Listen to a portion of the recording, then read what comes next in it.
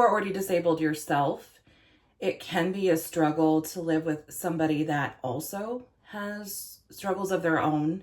I mean, I know we all have problems. Everybody does. Neurotypical, neurodivergent. And everybody has problems, right? So what happens when you live with somebody who also has mental health struggles or physical disabilities? Could also be eating disorder, alcoholism, drug addiction, those type of things. What do you do when you're disabled yourself and already struggling to take care of yourself, and then you also have to worry about somebody else's struggles on top of that? I understand that's probably why a lot of people stay single, right? Because you're already struggling enough with your own issues, and having to worry about somebody else on top of that can be a little frustrating, right? That's why a lot of marriages fail, I suppose, is because essentially at the end of the day, maybe one partner doesn't feel supported in the relationship and the other partner feels like they're carrying an unfair burden. So we often feel less than because we struggle, because a lot of us cannot work a regular 9-to-5 job.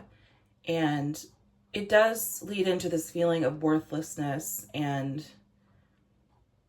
I guess in a capitalistic society, if you do not make money in a typical manner, you are seen as unnecessary, unimportant.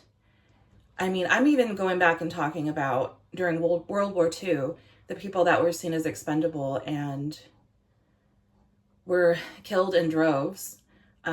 Jews, disabled people, gay people, people on the fringes of society, elderly, physically disabled people, mentally disabled people.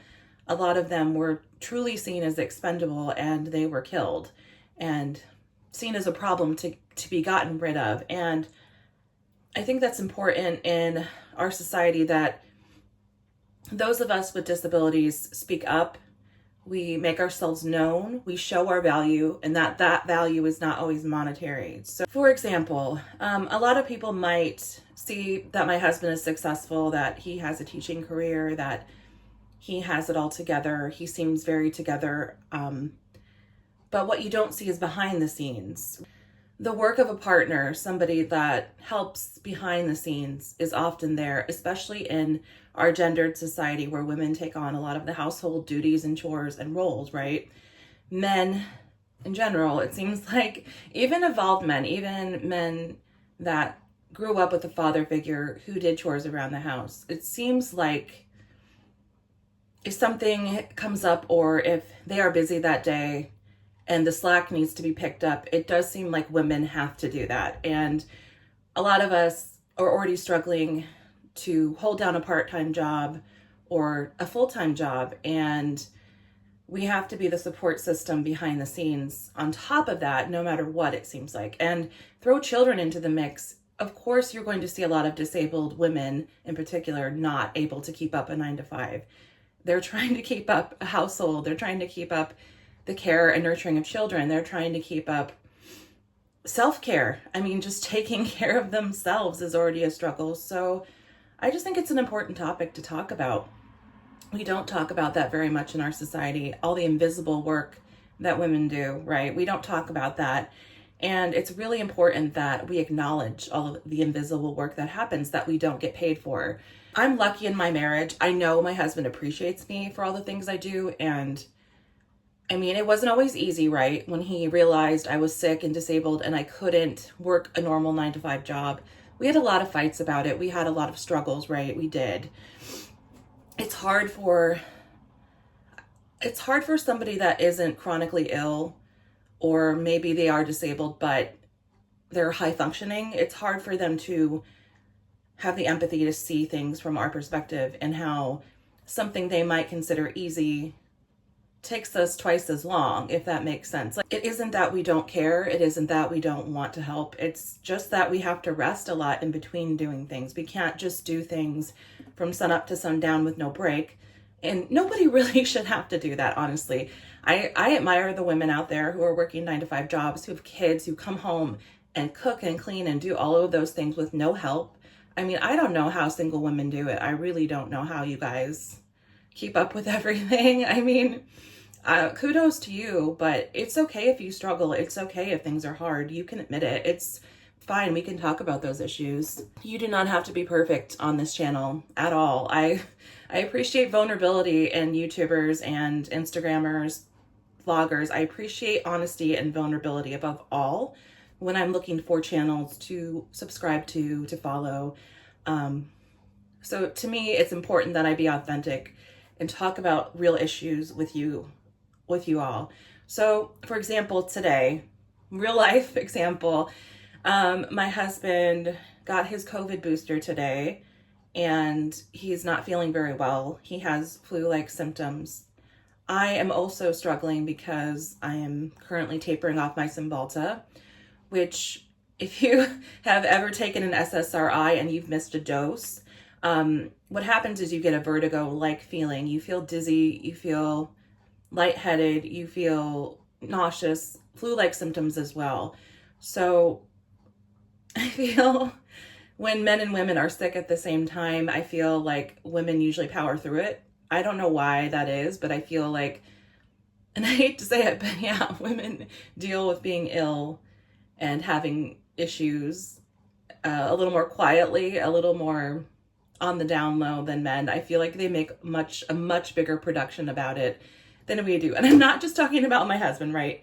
He's a wonderful person. I love him. I'm talking about in general. I've seen this in my own life with several men that I know, that they definitely act way more dramatic. They act like the world is coming to an end because they feel ill that day. And it's like, it's frustrating for people that actually are sick every single day of their lives and that they still have to do the thing.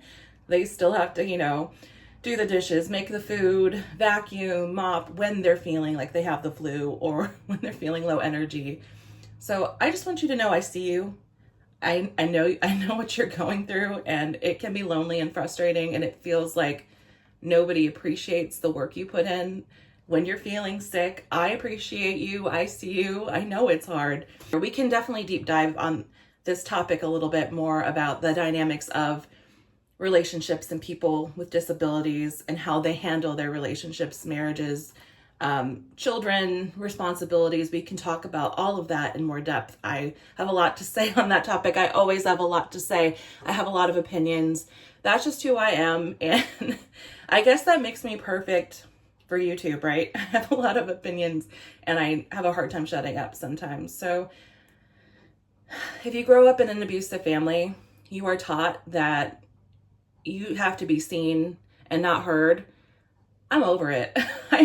I'm going to be seen and heard, and I'm going to represent those that might not have a platform to speak up for themselves. Maybe they have a hard time verbalizing what they're going through to neurotypical people. I will try my best to be that person for you and stand up and advocate for you as well. I have things I'm not great at, but I think because I grew up in theater, in drama, in speech class, I've learned how to speak from the heart and maybe improv a little bit more when I'm speaking. I don't have to prep and plan everything I'm going to say in advance. I can segue a little more easily when I'm talking, and I view this as having a conversation with a friend. So I hope you guys feel that way, that I'm your friend and I want to support you. And I view the camera that way. I view the camera as my friend. So welcome, friends, to my channel. Again, I'm Christy Cutsforth. I am a home chef. I am a cookbook author. You can check out my first cookbook that I wrote. You can buy that on Amazon.com. It's called The Home Cooking Vegan by Christy Cutsforth.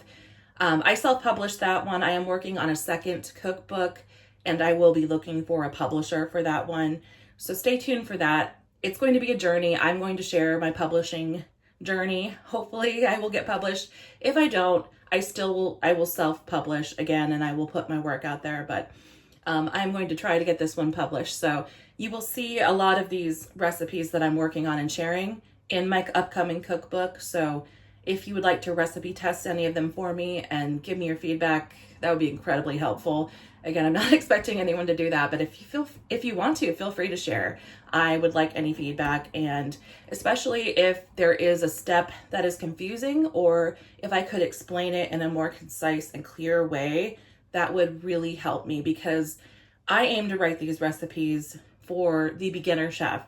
So even if you are intermediate, I think it's nice to make it accessible no matter where you're at in your cooking journey. I want to break down and explain why we do certain things, and just general cooking terminology and technique. And I mostly stick to French techniques, so I will be talking about things like mise en place and mirepoix and chiffonade, sauté. All of these terms are French. So I will be talking about those and breaking down what all of that means. But I also enjoy a lot of world cuisines. I don't just cook and focus on French cuisine. There goes my cat. Ripley wants to say hi. Ripley. I'm going to be sanitizing that counter, but this is Ripley Cutsforth. She's a little star in the making. She loves to be the center of attention, if you couldn't tell. Say hi, Ripley. Say hi. Say hi to everybody. Isn't she just a baby doll? She's so sweet. I think she is about 4 or 5 now. We rescued her from a no-kill shelter. It is really important to adopt cats from a no-kill shelter. Get down, baby. Get down. She's precocious. I should have called her Ramona Quimby, right? She's Ripley, after Ellen Ripley from Alien. She's a fighter. She's a lover and a fighter. The reason we adopted Ripley, the website to this no-kill shelter, I will link that no-kill shelter in the description if you live in Iowa or in the Midwest and would like to adopt animals from there. Would highly recommend that place. Ripley's online profile said that she's a lap girl. She's a lap kitty and incredibly friendly and kind and funny, and that was why we adopted her. I think cats really teach about consent, and I think that's a really important thing. Like, if you have children, teaching them about consent is so important, and cats will not tolerate people who don't respect their boundaries, who don't respect their autonomy, who abuse them. They will hide. They will not come out. They will scratch you, claw you. They feel comfortable and confident around people who love and respect them and their needs. And that's a really great lesson to teach anybody at any age about consent. So adopt cats. Do not buy from breeders. Adopt. There are so many cats that need love out there. And yeah, if you're a dog person, make sure you are getting dogs from a no-kill shelter. It's really important.